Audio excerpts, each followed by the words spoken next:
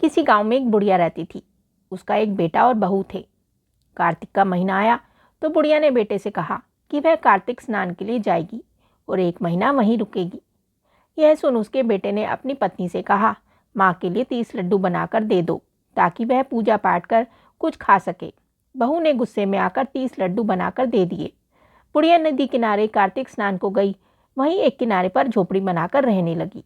बुढ़िया रोज सवेरे उठकर स्नान करती और जैसे ही एक लड्डू निकालकर खाने लगती तो हनुमान जी बंदर के रूप में आते और बुढ़िया वह लड्डू खुशी से बंदर को दे देती। इस तरह से कार्तिक का पूरा महीना बीत गया। सभी 30 लड्डू हनुमान जी बंदर के रूप में खा गई। कार्तिक का महीना समाप्त होने पर बुढ़िया वापस जाने को तैयार हुई तो हनुमान जी प्रकट हो गए। उन्होंने बुढ़िया की उस कुटिया की जगह एक आलीशान महल बनवा दिया। बुढ़िया का पूरा महल धन दौलत से भर गया। उसकी काया निरोगी हो गई। अन्न के भंडार से महल भर गया। इतना सब होने पर वह धूमधाम से अपने बेटे के पास गई। बुढ़िया को इतना धनी देखकर उसकी बहू ने मन में कहा कि अगले कार्तिक मैं भी अपनी माँ को कार्तिक स्नान के लिए भेजूंगी। और अगले कार्तिक आने पर उसने अपनी माँ को कार्तिक स्नान के लिए कहा। पूरे 30 लड्डू घी व उसका बहुत सा मेवा डालकर अपनी माँ के लिए बना दिए।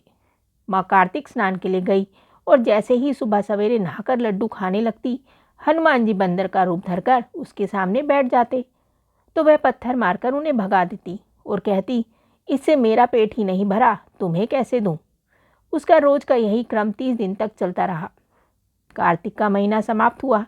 हनुमान जी फिर से प्रकट हुए और उन्होंने बहू की माँ की कुटिया को कूड़े कचरे में बदल दिया और माँ को डूकर बना दिया।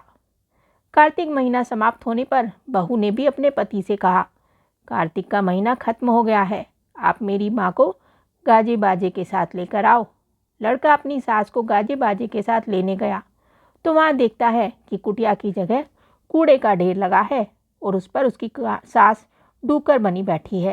लड़के को देख हनुमान जी प्रकट हुए और बोले कि बेटा, तुम्हारी माँ ने सच्चे मन से कार्तिक का स्नान किया है और पूजा पाठ किया है, इसलिए ही तुम्हारी माँ पर कार्तिक देवता का आशीर्वाद बरसा था।